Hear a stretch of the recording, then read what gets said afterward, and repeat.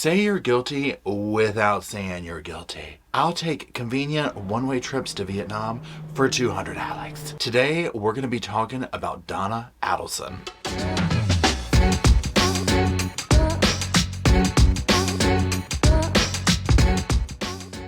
Hello, Sofa Squad, and welcome back to the sofa. Sofa's back there, Roscoe's holding it down, and my name is Paul. Welcome to the channel, or back to the channel, whichever one fits you well. Now, today we're going to be talking about Donna Adelson, and in a moment we'll go over a very quick 60-second, who's who, that type thing, before we get into the update with her. The way we'll be doing this video is we're going to be referring to basically just some news articles. It's not going to be a real long video, so I do apologize. But we might dive a little bit deeper into the trial that just wrapped up with her son Charlie, specifically his testimony, specifically his sister's, because that was pretty interesting. So anyways, let's go ahead and jump on in. But before we jump in, before we dive off the cliff into the pool, y'all, if you want to follow me on the Instas, on the Grams, okay? I think that's what it's called these days. It's Instagram, good God, for those who don't know. Anyways, it's on the screen. Go on, give it a follow if you want to. Mr. Roscoe hangs out there, and, well, so do I. Anyways, here we officially go. Okay, so who is Donna Adelson? Donna Adelson is the mother of Charlie Adelson. She is the mother of Wendy Adelson. Who are these people, you might be wondering? Okay, so Charlie Adelson's trial just wrapped up. He was found guilty in the crimes against Dan Markle. Dan Markle was the FSU lawyer whose life was taken at his home, his Tallahassee home. That's the nuts and bolts of it, okay? It's way deeper and it goes years past, and we're going to dive a little bit deeper in, but I just want to get all that out. So if you're not familiar with this, you know the very gist of who we're talking about before we get into the what's going on most recently part. So like I said, Charlie Adelson was recently convicted in the hitman murder of his brother-in-law, Dan Markle. So Dan, like I said, he is an FSU law professor. He had two sons with Wendy Adelson, and that's, again, the daughter of Donna and the sister to Charlie. Now, July 18th, 2014, Dan was fatally shot in his Trescott Drive garage, Tallahassee home. Now, obviously, this case, the investigation, y'all, it's going on for years, and it would lead to a few hitmen with oddly close ties to the Adelsons. Let's quickly reference a couple of articles that we're going to be looking at. We'll start with one. So the title is Adelson Family Had Piles of Cash, Millions in the Bank When Dan Markle Was Murdered. So it's by Jeff Burlew, Tallahassee Democrat. It came out November 18th. Now this just gives a little bit more of the information here in the who's who. So it says, over the ensuing days, months, and years, investigators traced the crime to the hitman, Luis Rivera, a Latin Kings gang leader, and his friend, Sigfredo Garcia and Katie Magbuana, who was dating Charlie Adelson and had two kids with Garcia. So, okay, remember, this is Charlie's now ex-girlfriend, obviously. She has the ties to one of the hitmen. Okay, so just keep that in mind as we go forward, because like I said, very quickly you can see when the investigators start in, you see how this all circles back to one family. And clearly, obviously, as we've seen, it led back to Charlie as one of them, who was just convicted. The trial that just wrapped up, we're still, in fact, waiting on sentencing, depending on when you're watching this video. So Charlie was found guilty of first-degree murder, conspiracy, and solicitation on November 6th. He enlisted the help of, like I said, his then-girlfriend, Katie Magbuana, to hire the father of her children, the guy we just talked about, Garcia, to take out Markle. Now, this is what prosecutors alleged, and were successful in convicting several people so far in this. Now, at this point, you might be asking, well, what about Donna?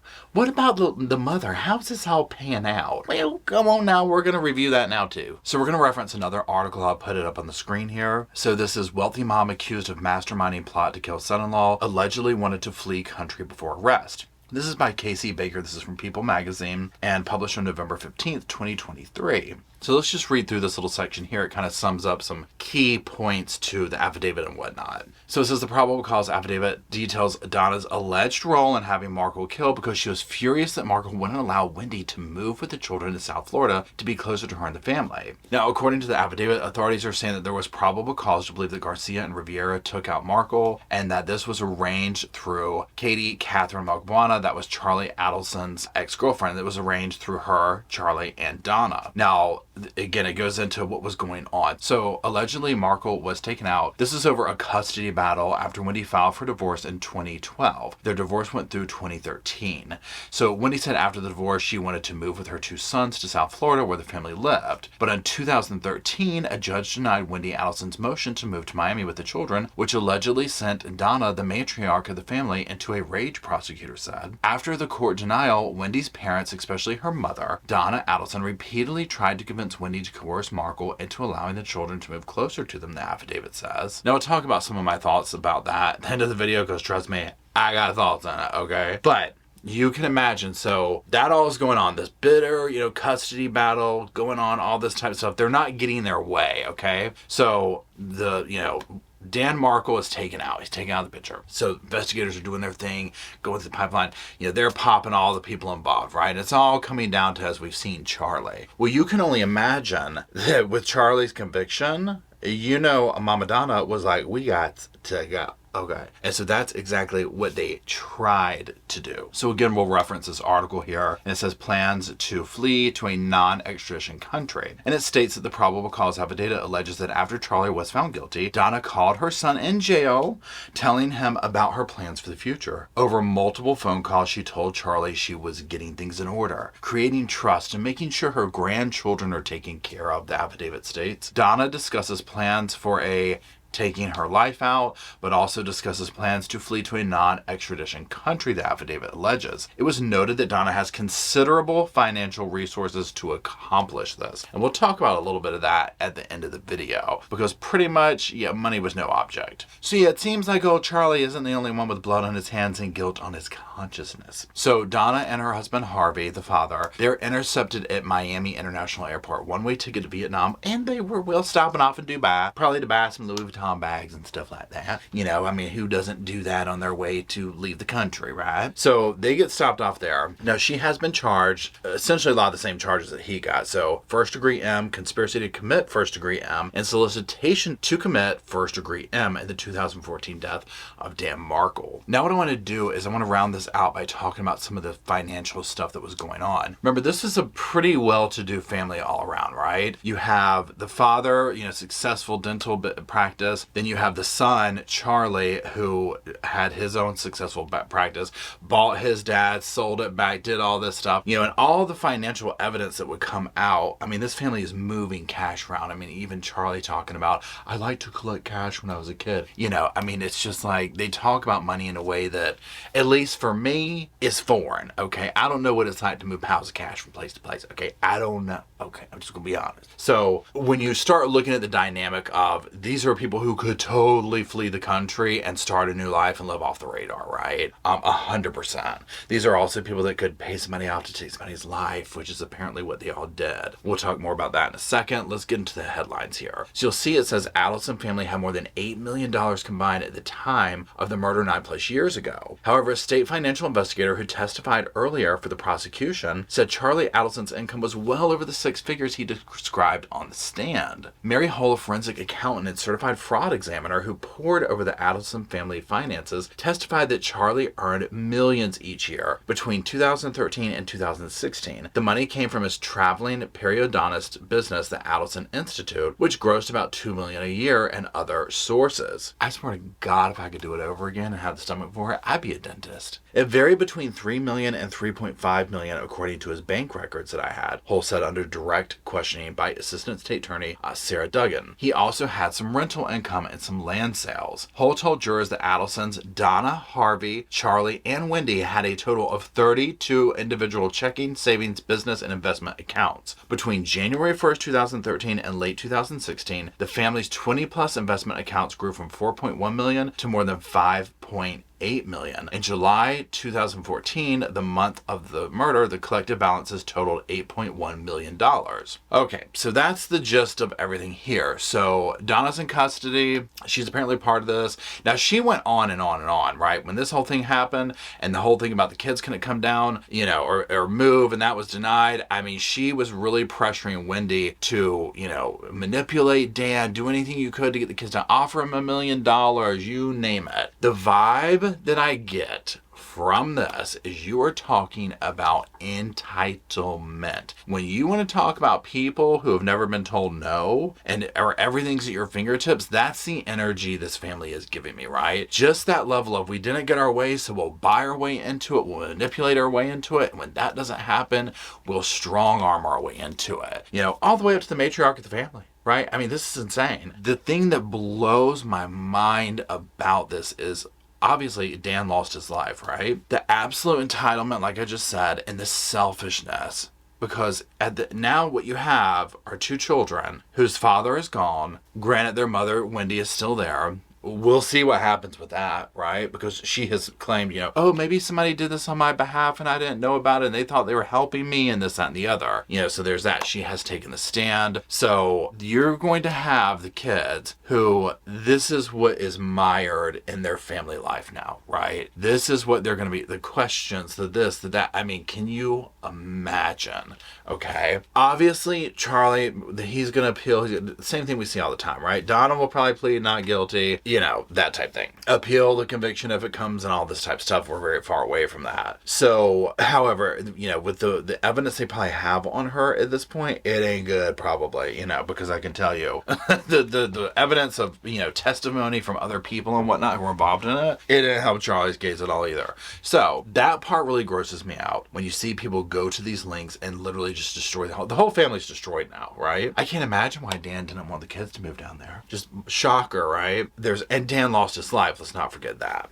Okay. When you also look at this level of desperation. Okay, they were so close to getting away, and the cops went ahead and they had to make their move. They had one-way tickets, right? They were keeping an eye on this. And so thank God they got to him, right? Can we talk for a moment about the fact, y'all, it happened. I don't have the can't roll my eyes hard enough cup on me, or God knows I'd be drinking from it right now. It happens in every case for the life of me.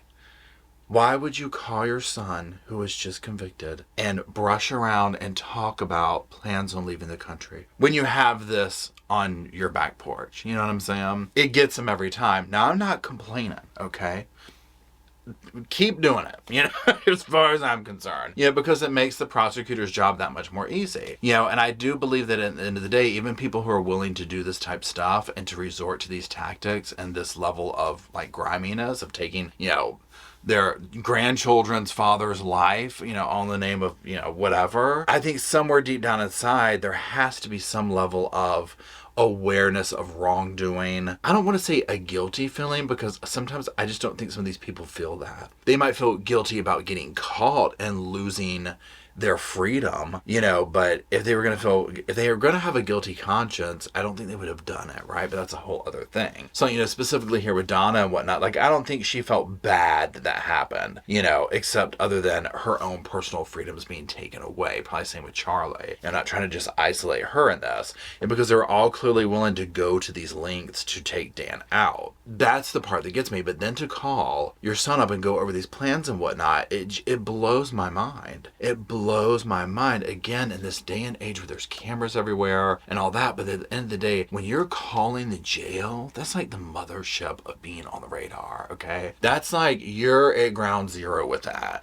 Everything's recorded, especially on the phone. They tell you that on the thing, right? And so to have that conversation, it blows my mind. Now, I also can get, like, if you want to be like devil's advocate, okay, our lives are over. If you're at the point of being like, I'm doing this with money so the grandkids are taken care of, we're getting all this money here, we're leaving the country, we're going to Vietnam, your life as you know it is over with. She basically has to know her son's not going to get out of jail, or by the time he does, they'll probably be gone. So you're having to sit here and be like, how do we put the pieces back together, right? And so they might just be that desperate and that used to getting what they want, where they don't have a clue of there's people one step ahead of you, kind of a thing. And so all the money they had and throwing money at this, throwing money at that, they're probably like, we're going to go here. This is it. I want to get my last words into my son, kind of, let him know a little bit what's going on, and then we're going to hit the road.